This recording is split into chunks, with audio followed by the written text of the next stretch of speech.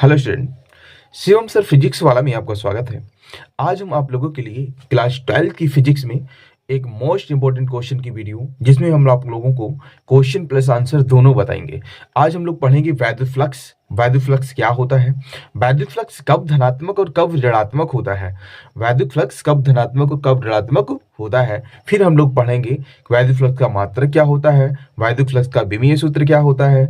अब यहाँ पे हम लोग पढ़ेंगे फिर गॉस का प्रमेय, very very very very most important, जो हर साल आपका बोर्ड एग्जाम में क्वेश्चन पूछा जाता है।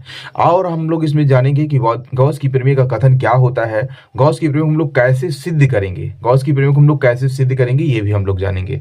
और इसी के साथ आप लोग क्वेश्चन को अच्छे से नोट कर लें, तैयार कर लें, हो सकता है बोर्ड एग्जाम में आपका क्वेश्चन यही आ जाए। तो देखते हैं आपका सबसे पहला क्वेश्चन आज का हम लोग लेते हैं वैद्युत फ्लक्स।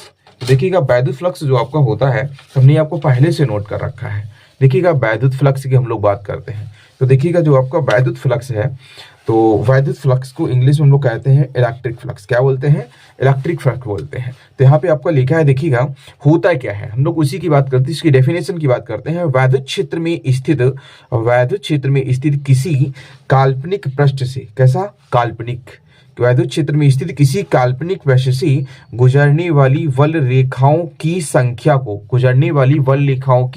संख्या को उस पृष्ठ से वैद्युत फ्लक्स कहते हैं। इसे फाई ई से प्रदर्शित करते हैं। इसे किससे प्रदर्शित करते हैं? फाई ई से प्रदर्शित करते हैं। तो हमने इसका फार्मूला भी लिख रखा है, अर्थात वैद्युत फ्लक्स डेल्टा फाई ई बराबर क्या हो जाएगा? E vector into delta A vector हो जाएगा, E vector into delta A vector हो जाएगा। आगे हम लोग बात करते हैं यह एक कैसी राशि होती है, तो हम लोग बता सकते हैं वैद्युत फ्लक्स एक अदिश राशि होती है। कैसी राशि होती है? वैद्युत फ्लक्स एक अदिश राशि होती है। आगे हम लोग अगर दोस्तों बात करें तो इसका मात्रक क्या होता है? इसका मात्रक न्यूटन मीटर स्क्वायर प्रति कूलम अथवा इसका मात्रक वोल्ट मीटर होता है। न्यूटन मीटर स्क्वायर प्रति कूलम अथवा इसका मात्रक क्या होता है? वोल्ट मीटर होता है। इसके हम लोग विमीय सूत्र की अगर बात करते हैं तो आपका होता है ml³ टी की पावर -3 ए की पावर -1 होता है, टी की पावर -3 और ए की पावर -1 होता है। अब बात यहाँ पे ये हमने नोट पॉइंट पे करके ले रखा है कि वैद्युत बल रेखा के बारे में हमने आपको बताया है कि वैद्युत फ्लक्स कब धनात्मक होता है और कब ऋणात्मक होता है। तो हम लोग पहले यहाँ पे आपको बता दें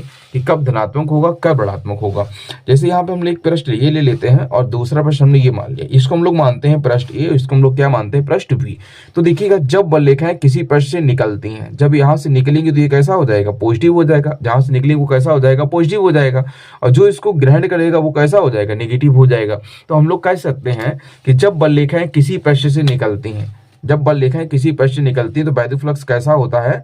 धनात्मक होता है। और जब बल रेखाएं किसी पृष्ठ में प्रवेश करती हैं तो वैद्युत फ्लक्स ऋणात्मक होता है। यही हमने नोट भी कर रखा है। जब बल रेखाएं किसी पृष्ठ से निकलती हैं, किसी पृष्ठ से निकलती हैं तो वैद्युत फ्लक्स धनात्मक होता है, तथा जब बल रेखाएं किसी पृष्ठ में प्रवेश करती हैं तो वैद्युत फ्लक्स ऋणात्मक होता है। वैद्युत फ्लक्स कैसा होता है?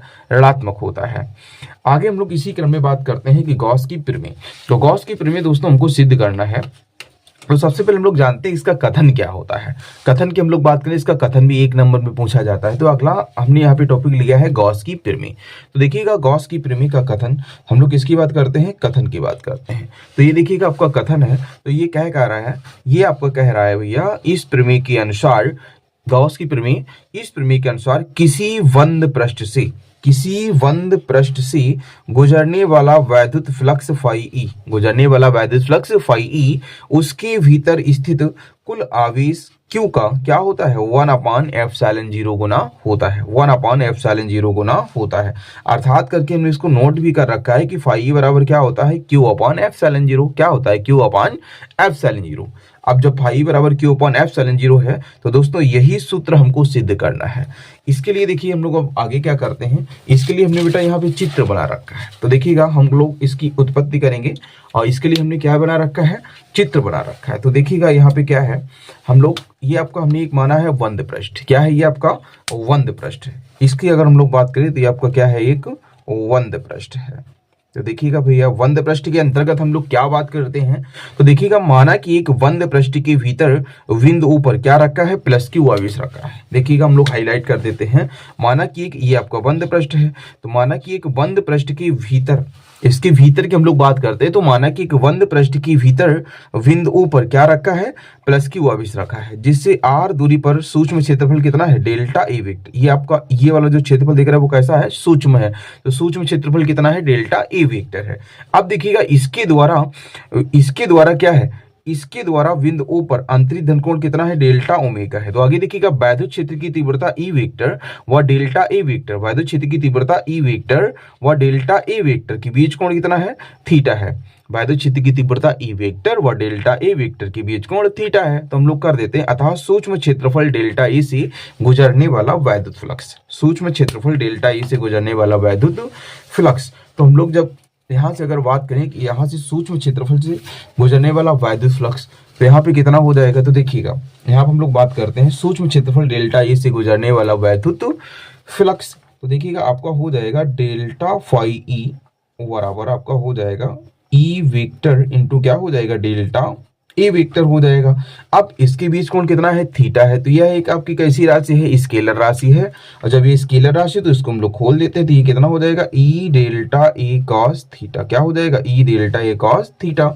हम लोग जानते हैं वैद्युत क्षेत्र की तीव्रता, बिंदु आवेश के कारण वैद्युत क्षेत्र की तीव्रता का फॉर्मूला क्या होता है, ये होता है ई बराबर 1/4 pi epsilon 0 Q upon R square होता है, क्यू अपॉन आर स्क्वायर होता है। हम लोग क्या करते हैं, इस ई की जगह पे यहीं पे मान रख लेते हैं, तो ये आपका हो जाएगा कितना, ई ये हो जाएगा डेल्टा फाई ई बराबर ई का मान रखते हैं 1/4 पाई एप्सिलॉन 0 इंटू क्या हो जाएगा, क्यू अपॉन ये हो जाएगा आर स्क्वायर इंटू अब क्या बचा, डेल्टा ई कॉस थीटा। क्या बचा, डेल्टा ई कॉस थीटा। आगे दोस्तों हम लोग यहाँ पे बात करते हैं, जब डेल्टा ए कॉस थीटा हम लोग इसको ऐसे लिख लेते हैं, देखिएगा क्यू का 1 में गुणा करते हैं, तो ये हो जाएगा क्यू अपॉन 4 पाई एप्सिलॉन 0 इंटू आपका हो जाएगा कितना, delta A cos theta upon कितना हो जाएगा आपका, ये हो जाएगा आर स्क्वायर। अब देखिएगा बेटा कि delta A cos theta upon R square बराबर क्या होता है, ये होता है डेल्टा ओमेगा। क्या होता है, डेल्टा ओमेगा होता है।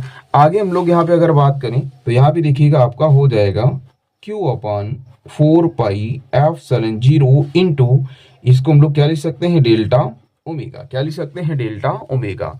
आगे देखिएगा हम लोग बात कर लेते हैं, अतः संपूर्ण बंद पृष्ठ से गुजरने वाला वैद्युत फ्लक्स।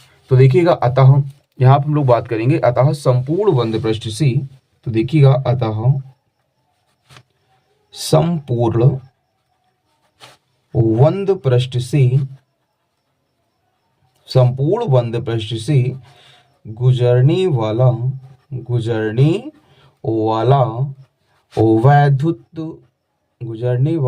वैद्युत फ्लक्स। अब संपूर्ण बंद पृष्ठ से गुजरने वाला वैद्युत फ्लक्स, जब संपूर्ण की हम लोग बात करेंगे तो यहाँ पे आप लोग देख रहे होंगे डेल्टा यहाँ से हट जाएगा, और जब यहाँ से दोस्तों डेल्टा हट जाएगा तो ओनली क्या बचेगा, आपका फाई ई बचेगा। जब बेटा फाई ई बचेगा तो यहाँ पे क्या हो जाएगा, संपूर्ण बंद पृष्ठ क्लोज इंटीग्रेशन, ये आपका हो जाएगा क्यू अपॉन 4 पाई एप्सिलॉन 0 इंटू क्या हो जाएगा, डेल्टा ओमेगा हो जाएगा। आगे हम लोग बात करते हैं फाई ई बराबर हो जाएगा, तो क्यू अपॉन 4 पाई एप्सिलॉन 0 को हम लोग इससे बाहर लिख लेते हैं, यह अचर राशि होगी। तो यहाँ पे क्या हो जाएगा, क्यू अपॉन 4 पाई एप्सिलॉन 0 इंटू क्या हो जाएगा, क्लोज इंटीग्रेशन डेल्टा ओमेगा। अब आपको बता दें, जहाँ पे ये क्लोज इंटीग्रेशन डेल्टा ओमेगा, इसको हम लोग बोलते हैं, क्या बोलते हैं, क्लोज इंटीग्रेशन डेल्टा ओमेगा को संपूर्ण धन कोण बोलते हैं, संपूर्ण धन कोण बोलते हैं। तो देखिएगा जहां क्लोज इंटीग्रेशन डेल्टा ओमेगा संपूर्ण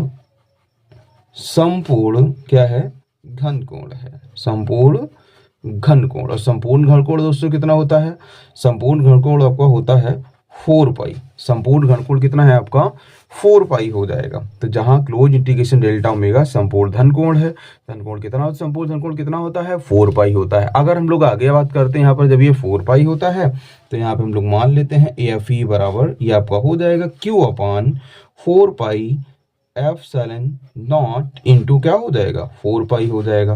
तो यहाँ पे देखिएगा 4 पाई से 4 पाई कट जाएगा। जब यहाँ पे दोस्तों 4 पाई से 4 पाई कट जाएगा तो यहाँ पे क्या बचा आपका, फाई ई बराबर, ये आपका बचा क्यू अपॉन एप्सिलॉन नॉट।